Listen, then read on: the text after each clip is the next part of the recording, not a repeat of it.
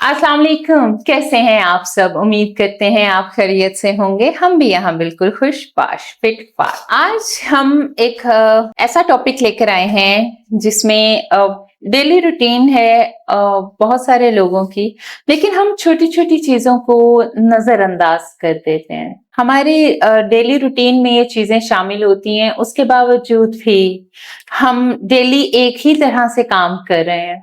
थोड़ी सी अगर हम उन चीजों पे नजर डालें, कोई एक पर्टिकुलर चीज नहीं है, कोई भी ऐसा काम जो हम डेली बेसिस पे कर रहे हैं लेकिन उसके हमें रिजल्ट्स नहीं है, लेकिन हम कहते हैं हमारी आदत बन गई है ये काम करना। छोटी छोटी चीजें होती है ना सर लाइफ में ऐसी, तो हमारी वो आदत बन जाती है, उनका हमें कोई फायदा नहीं है, कोई नुकसान नहीं है, लेकिन हम कहते हैं जब तक हम करेंगे नहीं वो चीज तो पता नहीं शायद दिन का आगाज नहीं होगा या पता नहीं कितना बड़ा लॉस हो जाएगा हमारा। ऐसी ही कुछ आदतों में, ऐसी ही कुछ चीजों में हम घरों में अगर देखें, हमारे जो बच्चे हैं इन चीजों को बिल्कुल इग्नोर करते हैं। आप कहेंगे मैडम आज कौन सा टॉपिक लेकर आ गई हैं, लेकिन लिटरली ऐसा हर घर में हो रहा है, देखने में आता है। मदर्स हों या फादर्स हों, बच्चों पे बोलते ही रहते हैं बेटा। ये मैं एक नॉर्मल जो है क्लास उसके बारे में बात कर रही हूँ, मीडियोकर्स या मिडिल फैमिलीज जो हैं, मिडिल क्लास, उनके लिए बात कर रही हूँ कि बहुत सारी चीजें घरों में बिखरी होती हैं। अब हमारे माँ बाप तो माँ बाप है ना, शायद वो भी उस एज में थे तो उन्होंने भी शायद इतना ना किया हो, लेकिन हम लोग आते जाते अपने बच्चों को कह देते ये उठा लो, यहाँ से वो उठा लो, ये कर लो, वो कर लो। अब हमारी आदत बन चुकी है कि हमने कहना ही कहना है, और हमारे बच्चे इस फेज में हैं कि वो इसको इग्नोर ही किए जाते हैं। अच्छा मामा 2 मिनट दें, अच्छा बाबा 2 मिनट दें, अच्छा मैं कर लेती हूँ ना, कर लेता हूँ ना। मतलब दे बिकेम इरिटेटेड कि हमें बार बार बोला जा रहा है, फ्रस्ट्रेट हो जाते हैं कि मतलब हमें क्यों बोला जा रहा है बार बार। अच्छा कर लेंगे ना, फिर चिढ़ कर बात करते हैं ना, उनके बिहेवियर में चेंज आ जाता है जस्ट बिकॉज हम ये रीजन देते हैं कि फोन इशू है, all the time they are busy on their phones, due to which उनकी जो हेल्थ है, उनकी मेंटल हेल्थ सबसे पहले डिस्टर्ब होती है, क्योंकि नींद नहीं है, डाइट नहीं है, खाना पीना भी बच्चे छोड़ देते हैं। सो हम आप तो अपनी आदत से मजबूर हैं, ये भी कर लो, वो भी कर लो, फटाफट कर लो, बस जल्दी से हो जाए। तो लेकिन बच्चे वो कहते हैं जल्दी किस बात की है, क्या हो जाएगा अगर हम ये एक बॉटल यहाँ से नहीं उठाएंगे, क्या हो जाएगा अगर ये चीज यहाँ पड़ी हुई है तो नहीं उठाएंगे तो क्या होगा, हमारे घर कौन सा, और अगर कोई आ भी रहा है तो क्या हो जाएगा। सबके घरों में ये चीजें होती हैं। सो पहली बात तो ये कि हमारे टाइम में सर हम तो इतनी बात भी नहीं अपने पेरेंट्स से बोल सकते थे कि आपने हमें कोई काम कह क्यों दिया, उन्होंने कहा है तो बस करना है, that was just an order, we have to follow it. So वो हम तो उसमें रहे हैं फेज में। तो अब हम भी थोड़ा मार्जिन के साथ में समटाइम्स अपने भाइयों को देखती हूँ बच्चों के साथ, तो बेटा आप ये कर लें, बेटा आप वो कर लें, बेटा टीवी जो है अगर कोई देख नहीं रहा है तो इसको बंद कर दें। तो बच्चे के पास इतना भी टाइम नहीं है कि वो हाथ बड़ा फैलाकर या पकड़ के रिमोट, तो वो टीवी वहां से पावर ऑफ कर दे, रिमोट से ही करना है, रिमोट टेबल पे है, आप सोफा पे कोच पे हैं, बिल्कुल आप कोच पोटैटो बने हुए हैं, या तो आप लाइंग ऑन द कोच और टीवी देख रहे हैं या यूजिंग योर फोन।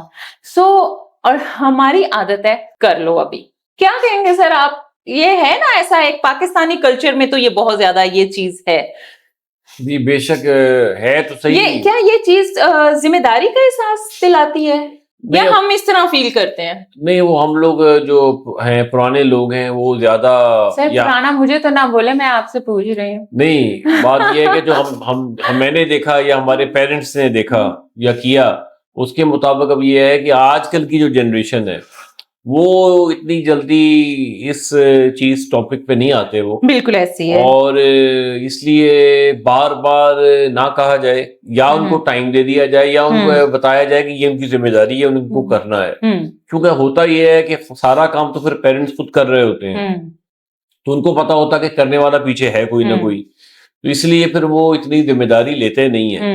बाहर के मुल्कों में बच्चे खुद जिम्मेदारी अपनी उठा रहे हैं। बिल्कुल। हमारे कल्चर पे ये बड़ा प्रॉब्लम है कि हमने बच्चों को इस काबिल ही नहीं किया आज तक। ये कहाँ से चल रहा है सर, ये ट्रेंड ये कहाँ से आया है? हमारे बच्चे इतने लेथार्जिक, इतने थके हुए क्यों है? चले अभी तो हम फोन्स पे डाल देते हैं ना ब्लेम, लेकिन जब फोन नहीं था तब भी हमारे यहाँ ऐसा ही है। अब हमारे ही जो बच्चे सर अब्रॉड जाते हैं, यूरोपियन कंट्रीज में जाते हैं, इवन दो के अरब कंट्रीज में जाते हैं, एशिया से बाहर निकलते हैं या किसी भी दूसरे मुल्क में जाते हैं, तो उनकी ये हैबिट बन जाती है कि भाई उन्होंने सुबह उठना भी 6 बजे है, सारे काम ब्रेकफास्ट अपना खुद बनाना है ऑफिस या यूनिवर्सिटी जाने से पहले। इवन दो कि अगर वो स्टूडेंट वीजास पे भी गए हुए हैं, स्टूडेंट्स भी हैं वहां पे, तो अपना ब्रेकफास्ट बनाना है, अपने लॉन्ड्री करनी है, डिश वॉश करनी है, क्लीनिंग उन्होंने खुद करनी है। After that they have to make their lunch as well when they return back, फिर अपने डिनर्स भी।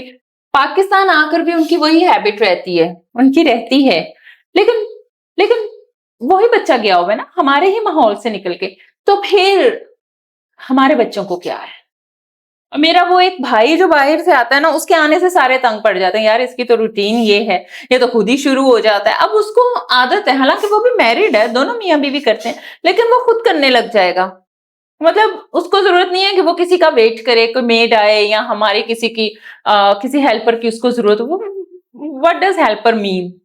तो मैं सोचती हूँ वाकई सही बात है, फिर हमारे बच्चे इसीलिए बिगड़े हुए हैं कि हमें भी हेल्पर्स की जरूरत है।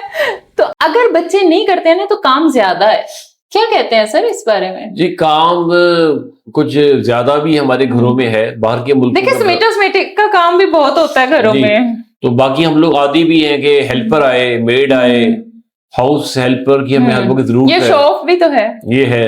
तो कोशिश करें कि अपने काम खुद करने की कोशिश करें। असल बात तो यहाँ ये पॉइंट यही था बात करने का, कि अपने काम खुद करने की कोशिश करें, बच्चों को जिम्मेदार बनाएं, और हो सके तो कुछ टाइम बच्चे अगर आपके बाहर रह सकें मुल्कों में, तो जरूर उनको आप भेजें, ताकि उनको आदत हो जाए और उनको दुनिया की समझ भी आए कि कैसे अपने आप को संभालना है। क्योंकि यहाँ हम चूंकि हर वक्त सर पे होते हैं, तो फिर बच्चे हमारे उस तरह जिंदगी की भाग दौड़ नहीं संभाल पाते पूरी तरह। तो बाहर जब जाते हैं तो बहुत चीजें वो सीख जाते हैं, दुनिया ऐसे ही सिखा दी जाती है ना। जाहिर बात है उन्होंने अपने कल्चर के हिसाब से चलना है।